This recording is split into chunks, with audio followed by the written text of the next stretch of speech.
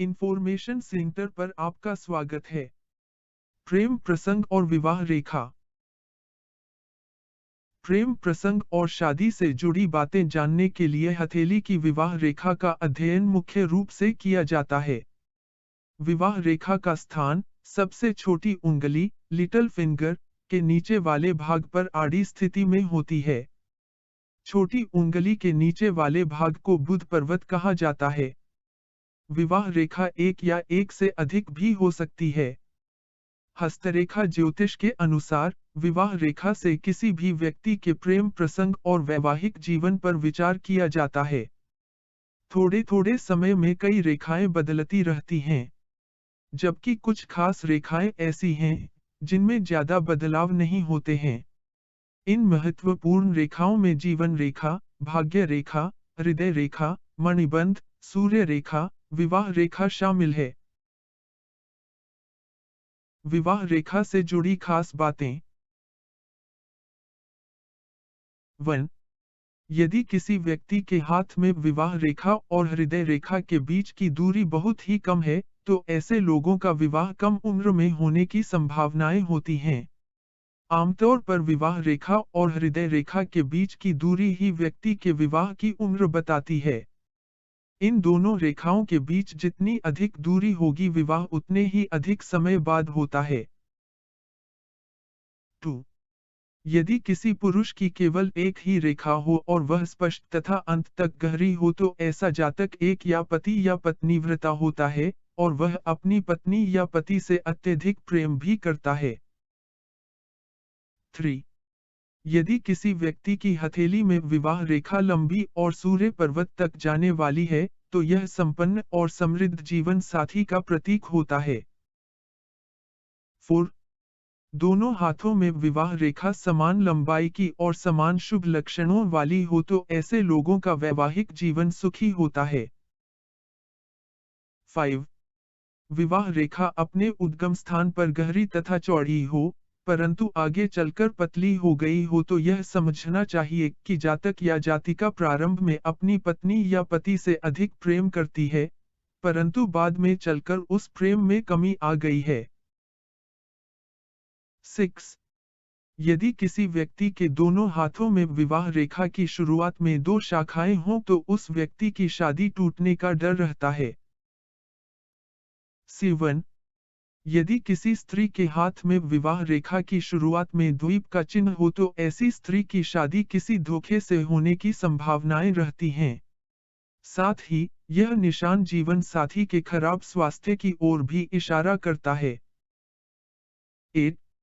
यदि किसी व्यक्ति के हाथ में विवाह रेखा बहुत अधिक नीचे की ओर झुकी हुई दिखाई दे रही है और वह हृदय रेखा को काटते हुए नीचे की ओर चले जाए, तो यह शुभ लक्षण नहीं माना जाता है।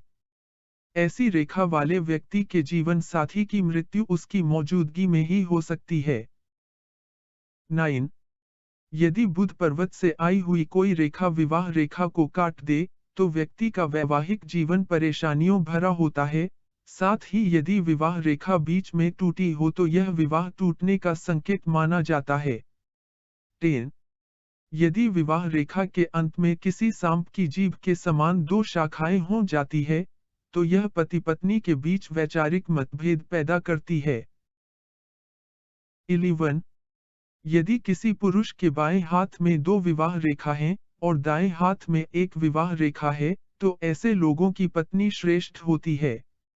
इन लोगों की पत्नी बहुत अधिक प्रेम करने वाली और पति का ध्यान रखने वाली होती है। 12. यदि दाएं हाथ में 2 विवाह रेखा हैं और बाएं हाथ में 1 विवाह रेखा है, तो ऐसे लोगों की पत्नी अधिक ध्यान रखने वाली नहीं होती है।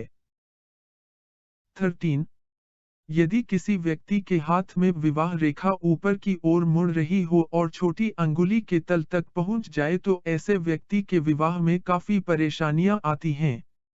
आमतौर पर ऐसी विवाह रेखा वाले इंसान का विवाह होना बहुत मुश्किल होता है। इन लोगों के अविवाहित रहने की संभावनाएं काफी अधिक होती हैं। 14. यदि विवाह रेखा के अंत में त्रिशूल के समान चिन्ह दिखाई दे रहा है, तो व्यक्ति अपने जीवनसाथी से बहुत अधिक प्रेम करने वाला होता है। इनके आपस का प्रेम अत्यधिक होता है। ऐसा भी हो सकता है कि कुछ वर्षों बाद ऐसा व्यक्ति जीवन साथी के प्रति उदासीन भी हो जाता है। 15. यदि किसी व्यक्ति की हथेली में विवाह रेखा के प्रारंभ में तिल है, तो यह जीवन साथी के बुरे स्वास्थ्य की ओर इशारा करता है। 16. यदि विवाह रेखा के आरंभ में द्वीप चिन्ह हो तो विवाह धोखे से होने की संभावनाएं रहती हैं।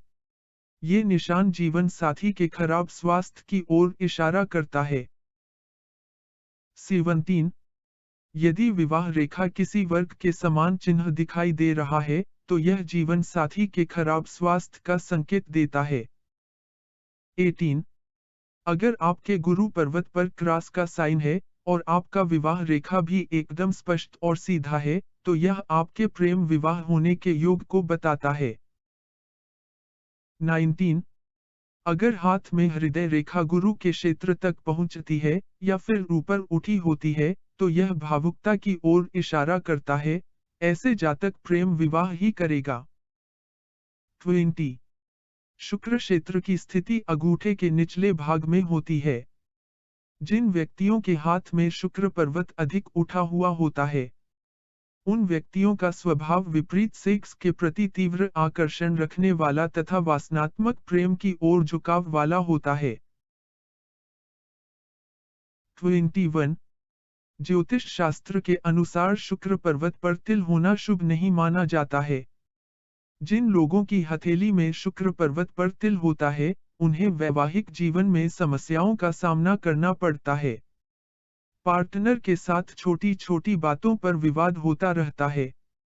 साथ ही सरकारी मामलों एवं नौकरी में आपको परेशानी का सामना करना पड़ सकता है।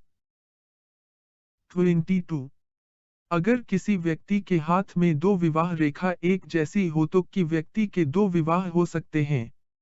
साथ ही उस व्यक्ति का दोनों के साथ समान प्यार रहेगा। वीडियो को अंत तक देखने के लिए धन्यवाद।